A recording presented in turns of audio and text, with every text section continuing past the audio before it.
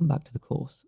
Today we'll be going over the basics of our AI and start laying the foundations for many more enemies to come. I really love making enemies and creating little AIs that can accomplish little things. Now, we won't be making something that's kind of like the alien from Alien Isolation, but I will be going over my process for creating a really kind of modular AI controller that we can kind of add new behaviors to, and this will kind of give us the ability to create new enemies with unique behaviors just by toggling a few boxes and changing a few variables.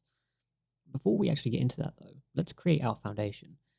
The patroller is what I'm going to call the foundation of our enemies. That's going to be like a really basic enemy. That it's a kind of enemy that you'll see in most platformer games. It's relatively common. Its whole job is to walk from left to right, back and forth, and mostly just kind of be a moving obstacle.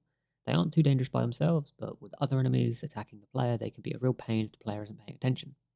So let's get that started. But first, let's take a quick look at the blueprint flowchart that I created so we can understand the process and kind of what it needs. Also, please let me know if the flowcharts are helpful. I've been really trying to show off a visual element because for me, it kind of helps quite a bit. So this is kind of what I've been coming up with. I wanted to show off a bit of inheritance in this so we can kind of learn a bit more about inheritance and when it can be useful to use. So this is what our basic enemy is going to be. This is going to be our base enemy entity, so to speak. Every enemy will inherit from this. Now, what does inheritance mean? Well, inheritance, in a very simplified way, is going, I want to take a copy of this thing and create a new version of it, but I want it so that if I edit the original thing that I took a copy of, it will edit it across every other version of that. So in this case, this is the base enemy. This is going to contain everything that every enemy will ever need. So it's going to contain the character body 2D, sprite 2D, or it will be of type character body 2D. It will contain a sprite 2D, a collision shape, and an animation player. And then it's going to inherit, or our basic controller enemy will inherit from that, which means, if I come down here, it will take the character body 2D, the sprite 2D, the collision shape, and the animation player, and it will be completely available and set up for us for the basic controller. Then all we have to do is add the things that we want to it using the composition system we've been creating. So this is kind of mixing inheritance and composition, right? You're inheriting from one class or one entity, and then you're composing more of that or composing more from that to create something a bit more unique and specific.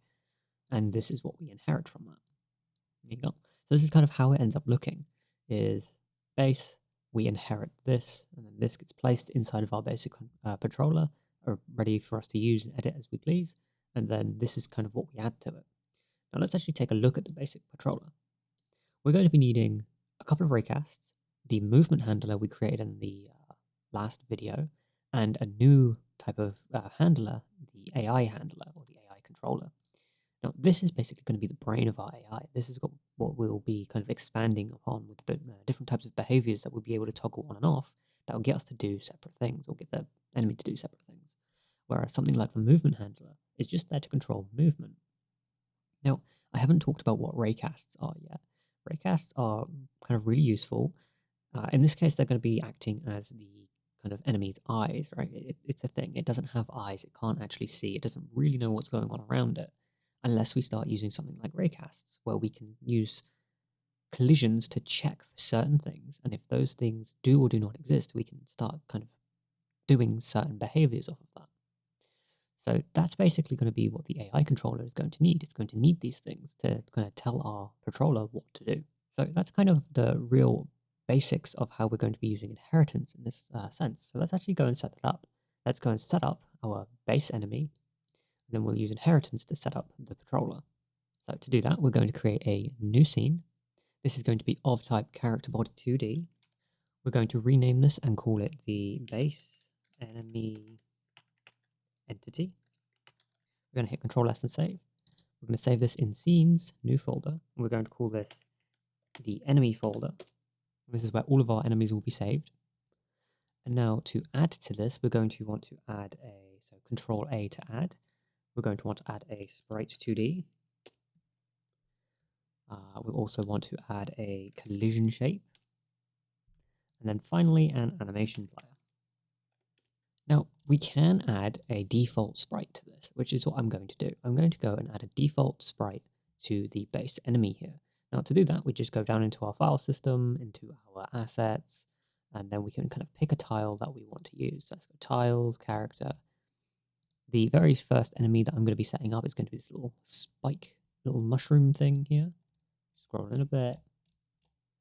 And now I'm going to hit Control S and save. And I'm going to leave the collision shape empty, and that's pretty much it. That's the base enemy sorted. Now we can apply script to this, and we can use inheritance with that as well, but we'll get into script-related inheritance a little bit later. For now, with this saved, let's go and use inheritance to kind of inherit from this scene. Now, how do we actually do that? Well, if we go down into our file system, go down into scenes, then we go down into enemy, which is where we saved our enemy scene. We left click on it, then we right click on it. And you can see here there's a button for new inherited scene. So I'm going to click that, and it's going to create a duplicate of this scene. But you'll see these are all yellow, and we need to rename this as well. So let's actually go and rename this. We're going to rename this to Patroller Enemy. Now I'm going to hit Control S and save. I'm going to save that inside, I can either save it inside of the enemy scene or enemy folder, or I can create a new folder and just call it the Patroller. So that's what I'm going to do, call it Patroller. And now we need to be able to edit this stuff, right? To do that, let's first take the sprite and we're going to move it up a bit. So we can use the move tool up here, or we can press W and we can move it up a bit. We're going to want to take the offset of this and apply a flip H, hit Control S and save. And now under the collision shape, we can add a circle collision to it, or a circle collider, move that up a bit. Going to scale it in a bit as well, because this is just how the body collides with certain things. That looks pretty good to me. I'm going to hit Control S and save. Now, with the Patroller enemy sorted, we can come back to the base enemy entity, and you'll see none of these changes have actually been made to the base enemy entity, but they have been made to the Patroller. Whereas if I come down into the base enemy entity again, then I go Control A and add, and we'll just add a node 2D to this. Then I hit Control S and save. I can go back over to the Patroller enemy, and you'll know now, or you'll see, that there is a new node 2D added. This is kind of the power of inheritance, right? We can have a lot of different enemies, and they can all have the basic blueprint, but what if all of our enemies need a weapon in the future, right? Well, we can add that weapon to the base enemy entity, or at least a reference to it, or a version of it that we can kind of modify as we go, like we did with the sprite and the collision shape, and then that will be added to pretty much every single entity we have. But you'll also notice that the one thing I haven't added to this are handlers, right? And you would think it would be normal to have a handler for, say, like a movement handler for everything. But what if we want different types of movement? Or even better, what if we want an enemy that's just stationary? What if it doesn't move? Then it's not going to be needing the handler for movement. The one type of handler that all nodes will need, however, if I hit Control Shift A to add, will be the flip handler that we created in the last episode as well. So that's our flip handler done. Hit Control S and save.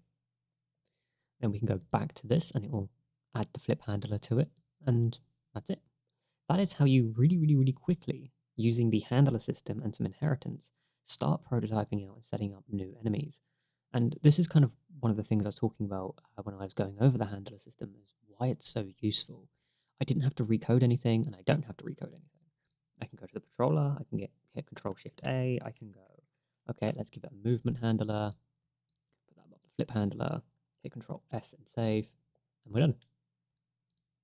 It doesn't modify the other thing, but it does modify this, and it allows us to do what we want with this. So I can give this a basic movement speed. Our character moves at 6,000. Let's set this up for 4,000. Hit Control S and save. The Patroller now has the ability to move at a certain speed. And the more we kind of go through this and the more handlers we create, the more interesting things we'll be able to do and more unique things we'll be able to do.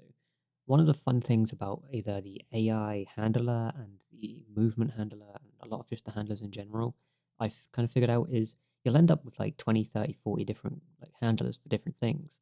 And then you'll just have this ability to just kind of combine them together in different ways and make really cool like enemies or really cool players or weapons. And it just adds a lot of expandability and customizability without you actually having to do a lot of code. So at the end of the day, what ends up happening is I end up not having to do nearly as much coding kind of later into the cycle of developing a game than I do at the beginning. Don't get me wrong, I'm always adding to it, always programming more and more and more, but I don't have to copy extra code. I can just use a handler. It works perfectly. So now what we're going to do is we're going to want to take a quick look at our flowchart again and remember what we're missing. So we are missing the raycast left and raycast right and the AI controller. Okay, let's go to our patroller enemy. Let's hit Control A, then add a raycast 2D. I'm going to use Control D to duplicate that raycast 2D. And now I'm going to move these raycasts around. I'm going to press W key so I can get the move tool. I'm going to move them. I'm going to move one on each side of the character here, so they're like literally each side of the character. I'm going to use the scale or selection tool here to just scale them down a little bit. Do that for both of them. And there you go. We now have our two raycasts. I'm probably going to want to make these just a little bit longer than the character, so the body of the arrow is just a bit further than the character's actual feet. And the placement of these, how far away from the actual character they are themselves, really depends on how you've kind of set your movement up, or at least these will.